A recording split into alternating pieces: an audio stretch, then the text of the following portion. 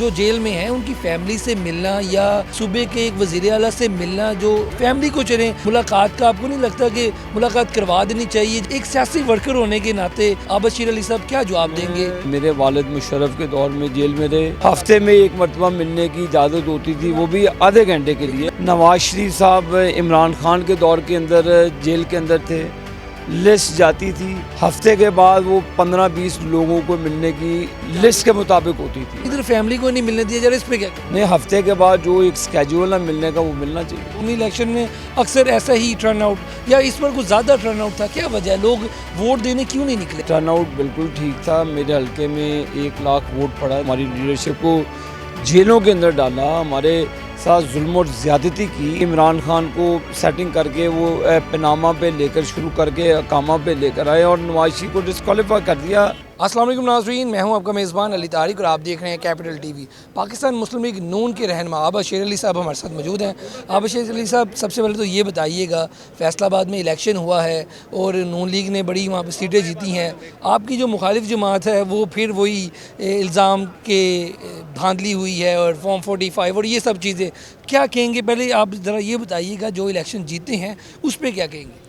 ये अल्लाह के फजलो करम से ये हमारी एक पुराना ट्रैक रिकॉर्ड था और प्लस 1.5 साल जो मरीम नवाज शरीफ साहब की पंजाब के लिए खिदमत है, जो उन्होंने मेहनत की, जो उन्होंने डिलीवर किया, तो ये सारी चीज़ें लोगों के सामने थी और लोगों ने कारकर्दगी को वोट दिया है, ना कि रोने पीटने वालों को उन्होंने रिजेक्ट किया है। इन्होंने तो कॉल दी थी कि जी बाइकआउट करें और इनके लोग शामिल रहे।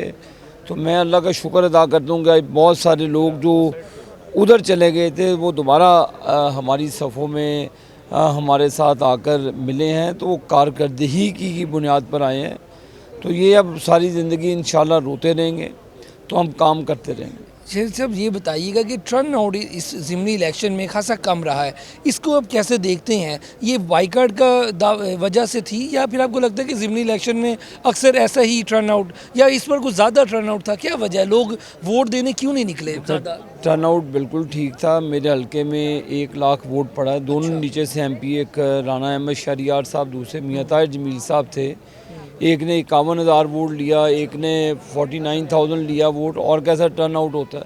तो जो जनरल इलेक्शन होते हैं, ज़ाहिर है वहाँ पे एक पॉलिटिकल माहौल होता है। लोकल छुट्टी भी नहीं थी, लोग काम पे भी चले गए, लोगों के मसले मसाइल भी होते हैं।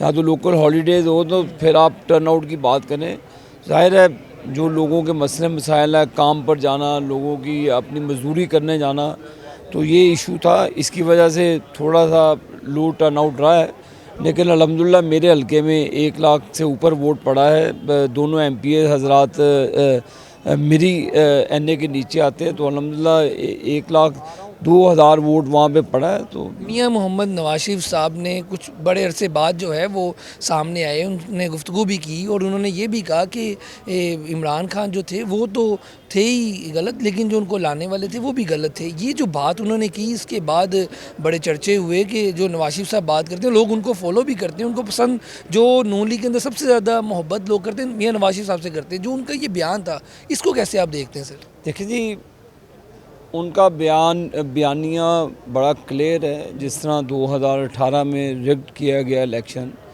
जनरल फैज़ हमीद और जनरल बाजवा ने मैनिपुलेट किया और हमारी सीटों के ऊपर 35-40 सीटों को ज़रबकारी लगाकर उन्होंने इमरान खान को लेकर आए, हमारी लीडरशिप को जेलों के अंदर डाला, हमारे साथ जुल्म और ज़्यादती की और फिर पाकिस्तान कहाँ से कहाँ चला गया। तो वो उस वक्त के वज़ीर आज़म थे और मुश्किल तरीन हालात से पाकिस्तान को निकाल के खाई से वो दोबारा अपने पाँव पे खड़ा किया।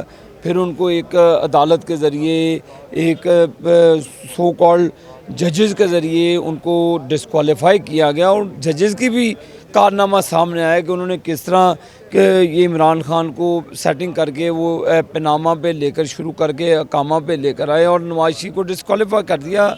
और पाकिस्तान जहाँ पे जा रहा था, फिर पाकिस्तान वो 90 की दिहाई में चला गया। पाकिस्तान की वही तंजली, वही सियासी मसाइल, वही मुआशी मसाइल, वही लोगों में महंगाई और तो वो उन्होंने अपने हालात बताए कि जब हम थे मुल्क के अंदर बिजली गैस हर चीज़ कोई रोना धोना नहीं था, हर चीज़ अच्छे अंदाज में चल रही थी। तो जब आप चलती हुकूमतों के ऊपर शब खून मारेंगे और इमरान खान जैसा प्रोडक्ट लेकर फिर आप इंट्रोड्यूस कराएंगे, तो उन्होंने वो कौम को बताना नहीं कि माजी में इन लोगों ने कैसे पाकिस्तान की चीट फाड़ की। तो जो लोगों ने की एक तो अंदर है तो बाकी भी कानून के कटहरे में। आप सियासी वर्कर हैं, कोई पैराशूटर नहीं है सियासत में, आप नीचे से ऊपर आए हैं। तो लास्ट में ये बताइएगा कि इस टाइम जो जेल में हैं उनकी फैमिली से मिलना या सूबे के एक वज़ीर आला से मिलना, जो फैमिली को चलें मुलाकात का, आपको नहीं लगता कि मुलाकात करवा देनी चाहिए जब कुछ इबहाम भी पैदा हो रहे हैं? एक सियासी वर्कर होने के नाते आप बशीर अली साहब क्या जवाब देंगे इस पे ज़रा? सियासी वर्कर होने के नाते मेरे वालिद मुशर्रफ के दौर में जेल में रहे, मैं इसलिए हफ्ते में एक मरतबा मिलने की इजाज़त होती थी, वो भी आधे घंटे के लिए। अब डिक्टेटरशिप तो नहीं है ना? सुन लेना जी, आधे घंटे के लिए इजाज़त होती थी, साथ वो एजेंसीज़ के लोग बैठते थे। नवाज़ शरीफ साहब इमरान खान के दौर के अंदर जेल के अंदर थे, लिस्ट जाती थी, हफ्ते के बाद वो 15-20 लोगों को मिलने की लिस्ट के मुताबिक होती थी। सियासी लोग भी मिलते थे। सियासी लोग भी मिलते थे, लेकिन जो फैमिली जिनको अलाउ करती थी, एक वो अदालत के ज़रिए वो अदालत के अंदर जाती थी। मैं ख़ुद विटनेस हूँ, हमारे नाम अदालत में जाते थे, अदालत से अप्रूवल आती थी कि इन लोगों को मिलने की इजाज़त है, तो उनको मिलने दिया जाता। इधर फैमिली को नहीं मिलने दिया जा रहा, इस पे क्या कहेंगे? नहीं, हफ्ते के बाद जो एक स्केड्यूल है मिलने का वो मिलना चाहिए। बहुत शुक्रिया। वो आप गुफ्तगू सुन रहे थे आबद शेर अली साहब का, उनका कहना है कि फैमिली जो हफ्ते के बाद स्केड्यूल है उनको मिलना चाहिए। जी।